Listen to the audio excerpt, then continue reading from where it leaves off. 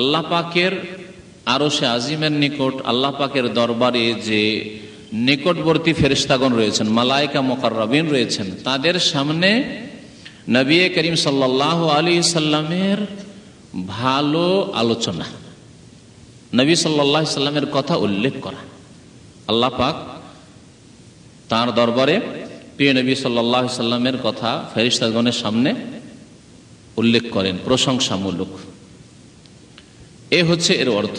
আর আরেকটি অর্থ হলো আল্লাহ পাকের পক্ষ থেকে রহমত বর্ষণ করা। কারণ প্রত্যেক বান্দা, নবী হোক আর রসুল হোক, অন্য কেউ হোক, আল্লাহ পাকের রহমতের মুখাপেক্ষী। নবী করিম সাল্লাল্লাহু আলাইহি সাল্লাম ইরশাদ করেছেন যে কোন মানুষ নিজের আমল দিয়ে জান্নাতে যেতে পারবে না। নবী করিম সাল্লাল্লাহু আলাইহি ওয়াসাল্লামকে সাহাবারা জিজ্ঞাসা করলেন যে ওয়ালা আনতা ইয়া রাসূলুল্লাহ, আপনি আপনার আমল দিয়ে জান্নাতে যেতে পারবেন না? আমল দিয়ে, শুধু ঈমান এবং আমল দিয়ে। নবী করিম সাল্লাল্লাহু আলাইহি ওয়াসাল্লাম বলেন ওয়ালা আনা ইল্লা আন ইয়াতাগাম্মাদানি আল্লাহু বিরাহমাতিন মিনহু ওয়া ফাযলিন। এমনকি আমিও এই কথা বলতে পারি না গৌরব করে যে আমার আমল দিয়ে, ঈমান দিয়ে জান্নাতে চলে যাব।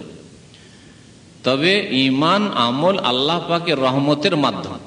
ঈমান আমল ছাড়া আবার জান্নাত যাওয়া যায় না। তার মানে এই নয় যে কেউ বেনামাজি হবে, আধা নামাজি হবে, কেউ ফাসিক হবে, চুরি করবে, হারাম খাবে, আর বললে আল্লাহর রহমত হলে জান্নাত চলে যাব না।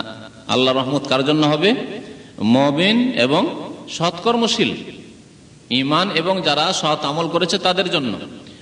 তো নবী করিম সাল্লাল্লাহু আলাইহি ওয়াসাল্লাম কি বললেন? ইল্লা আন ইয়াতাগাম্মাদানি আল্লাহু বিরাহমাতিন মিনহু ওয়া ফাযলিন। তবে আল্লাহ পাক যদি তার রহমত দিয়ে আমাকে ঢেকে নেন এবং তার অনুগ্রহ দিয়ে, তাহলে আমি জান্নাতে যেতে পারবো।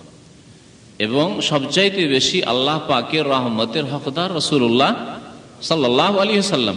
তো আল্লাহর পক্ষ থেকে রহমত বর্ষিত হয়, বা আল্লাহ পাক রব্বুল আলামিন তার পাক দরবারে আরশে আজিমের কাছে 7 আসমানের উপর তিনি নবী করিম সাল্লাল্লাহু আলাইহি ওয়াসাল্লামের কথা ফেরেশতাগণের সামনে উল্লেখ করেন।